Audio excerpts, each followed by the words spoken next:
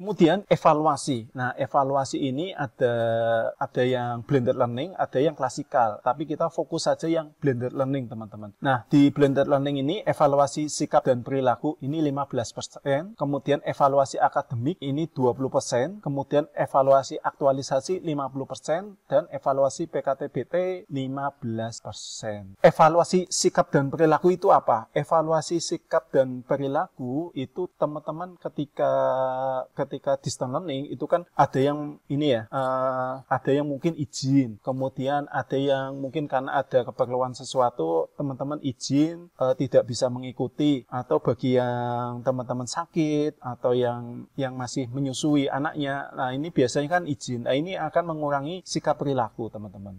Kemudian keaktifan teman-teman juga dinilai di evaluasi sikap dan perilaku. Jika teman-teman aktif bertanya, aktif menjawab, ini juga akan meningkatkan nilai evaluasi sikap perilaku. Kemudian evaluasi akademik ini pada saat pembelajaran mandiri. Ketika tahap MOC ini teman-teman belajar modul, kemudian ada evaluasi akademiknya. Nah, ini bobotnya hanya 20%. Kemudian evaluasi aktualisasi ini 15%. Evaluasi aktualisasi ini pada saat teman-teman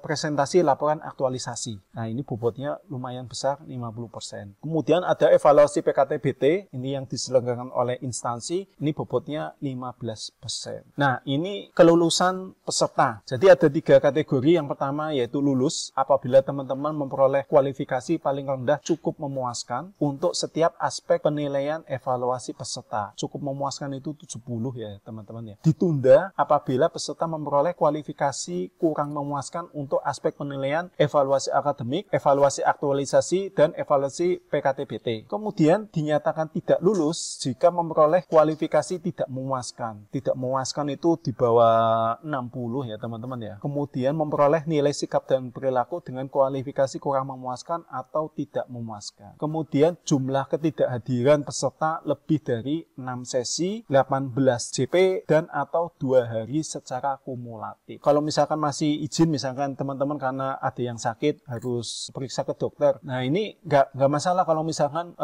belum mencapai 6 sesi atau 18 JP. Jadi kalau misalkan 1-2 JP, misalkan teman-teman izin, itu nggak masalah, masih bisa lulus teman-teman. Nah, ketidakhadiran peserta atas dasar pertimbangan kemanusiaan dan atau alasan lain sesuai dengan ketentuan yang berlaku, lembaga pelatihan terakreditasi dapat memberikan jumlah ketidakhadiran melebihi ketentuan dan atau memberikan penugasan lain berdasarkan atas persetujuan tertulis dari LAN. Nah, ini contoh kasusnya gini. Misalkan ada yang mengikuti latsar, kebetulan sedang hamil teman-teman. Nah, hamil, jadwal melahirkannya, HPL-nya misalkan di tanggal 20 Februari. Ternyata teman-teman di tanggal 10 Februari itu sudah lahiran. Nah, ini karena kelahiran yang lebih cepat daripada jadwal HPL-nya, padahal pesertanya itu masih mengikuti pelatihan. Nah, ini bisa dikasih dispensasi teman-teman atas dasar kemanusiaan. Nah, ini nanti biasanya yang bersangkutan itu tidak mengikuti pembelajaran distance learning-nya, tetapi akan diberikan tugas seperti itu sebagai pengganti dari distance learning.